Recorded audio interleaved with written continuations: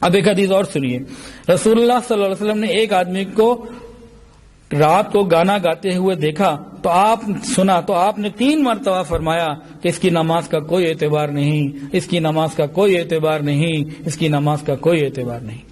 اب رات کو FM پہ گانے سننا یا گانے سننا جیسے بھی ہو، فرمایا اس کی نماز کی قبولیت خطرے میں ہے. یہ کیسے ہو سکتا ہے کہ کوئی شخص نماز بھی پڑھے اور سود بھی کھائے، نماز بھی پڑھے اور زناکاری بھی کرے، اور دوسرا بندہ جو اپنے آپ کو بچائے وہ برابر ہو جائیں؟ ایسا نہیں ہو سکتا. اس کی نماز پھر نماز نہیں رہے گی. اچھا، نبی کریم صلی اللہ علیہ وسلم کی آمد کا مقصد کیا تھا؟ ہم میں سے کسی کو معلوم ہے؟ کوئی جواب دے سکتا ہے کہ اللہ رب العزت نے اپنے پیارے محبوب صلی اللہ علیہ وسلم کو دنیا میں کیوں بھیجا؟ آج ہم اپنی زندگی کے مقصد سے بھی پتہ ہی نہیں مقصد کیا ہے، اور نبی علیہ السلام کس مقصد کے لیے آئے بہت تھوڑے لوگ ہیں جو بتا سکیں کیا آقا کا مقصد یہ تھا. توحید کو پھیلانا آپ کا مقصد تھا، قرآن کی تعلیم دینا آپ کا مقصد تھا، تزکیہ نفس کرنا آپ کا مقصد تھا. اسی طرح ایک حدیث کے اندر آتا ہے آپ نے اپنے مقاصد کو لاؤڈ اینڈ کلیئر بیان کیا، آپ کوئی بات چھپا کے نہیں گئے. 1.25 لاکھ صحابہ نے گواہی دی تھی کہ آپ نے حق ادا کر دیا بات کو پہنچانے کا.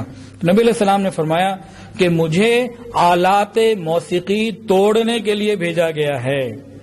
اب ہمارے نبی تو آلات موسیقی توڑنے کے لیے آئیں، اور ہم آلات موسیقی سیل بھی کریں اور خرید کے بھی لائیں، گھروں میں بھی لگائیں اور گھروں کو اس سے سجائیں، اور ہر نئے ماڈل کے اوپر اور ہر نئی چیز کے اوپر ہم دوڑیں. تو بتائیں قیامت کے دن کس منہ سے نبی علیہ السلام سے ہم شفاعت کے حقدار ہوں گے؟ یہ سوچنے کے انداز ہیں یا نہیں ہیں؟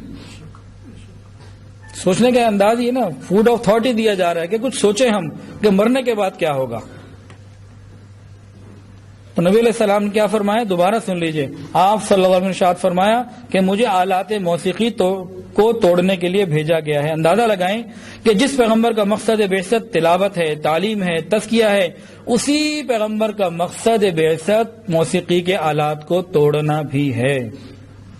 اب وجہ کیا ہے کہ پیغمبر اسلام صلی اللہ علیہ وسلم کی آمد سے قبل دنیا میں موسیقی، زنا، فحاشی عروج کے اوپر تھی. تو آپ صلی اللہ علیہ وسلم حیا کی تعلیم دینے کے لیے تشریف لائے.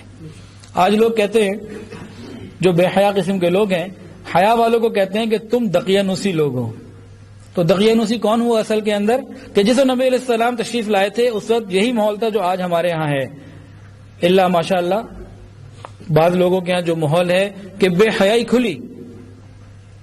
تو نبی علیہ السلام اس پرانے بے حیائی کے ماحول کو ختم کرنے کے لیے آئے.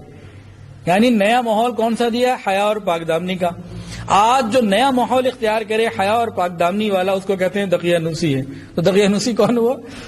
کہ جو پرانے ماحول کو اپنا رہا ہے، جو مشرکین مکہ کے ماحول کو اپنا رہا ہے، جو شاہ ایران اور شاہ قیصر کے انداز کو اپنا رہا ہے، تو وہ پرانی چیزوں کو اپنا رہا ہے. تو زمانے جاہلیت میں بھی زنا عام تھا، آج بھی عام. زمانے جاہلیت میں بھی شراب نوشی کثرت سے ہوتی تھی، آج بھی ہوتی ہے. زمانے جاہلیت میں بھی سودی نظام رائج تھا، آج بھی ہے. زمانے جاہلیت میں بھی عورت کو ہاتھوں کا کھلونا اور کمائی کا ذریعہ بنایا گیا، آج بھی ہے. زمانے جاہلیت میں بھی رقص و سرور کی محفلیں عام تھیں، آج بھی ہیں. زمانے جاہلیت میں بھی بدکاری کی سوسائٹیاں قائم تھیں، آج بھی ہیں. تو جو لوگ بے حیائی کی طرف جا رہے ہیں اصل کے اندر تو وہ دقیانوسی لوگ ہوئے، وہ لوگ نہیں جو حیا اور پاک دامنی کو سمجھنے والے ہیں. اور آج ایک اور کتنے افسوس کی بات ہے، کسی ملک میں کسی فاحشہ عورت کا انتقال ہو جائے، موت تو سب کو آنی ہے، یا کسی بڑے ایکٹر کا انتقال ہو جائے تو پوری قوم غم میں ڈوب جاتی ہے. لیکن اسی ملک کے اندر اگر کوئی حدیث کا عالم، قرآن کا جاننے والا، اللہ کو پہچاننے والا، زندگی بھر اللہ اور اس کے رسول کی بات کو مان کر عمل کرنے والا دنیا سے چلا جائے تو بہت تھوڑے لوگ ہوتے ہیں جو اس پہ افسوس کر رہے ہوتے ہیں. باقی قوم کو تو پتہ بھی نہیں ہوتا. کیا یہ المیہ نہیں ہمارے لیے کہ وہ لوگ جو مسلمان بیٹیوں اور بہنوں کے سر سے دوپٹہ اور چہرے سے شرم و حیا چھیننے والا گلوکار وہ دنیا سے چلا جائے تو قوم غم میں ڈوب جاتی ہے، اور حیا کی چادر پہنانے والا، حیا کی تعلیم دینے والا دنیا سے چلا جائے کسی کو پتہ بھی نہیں ہوتا.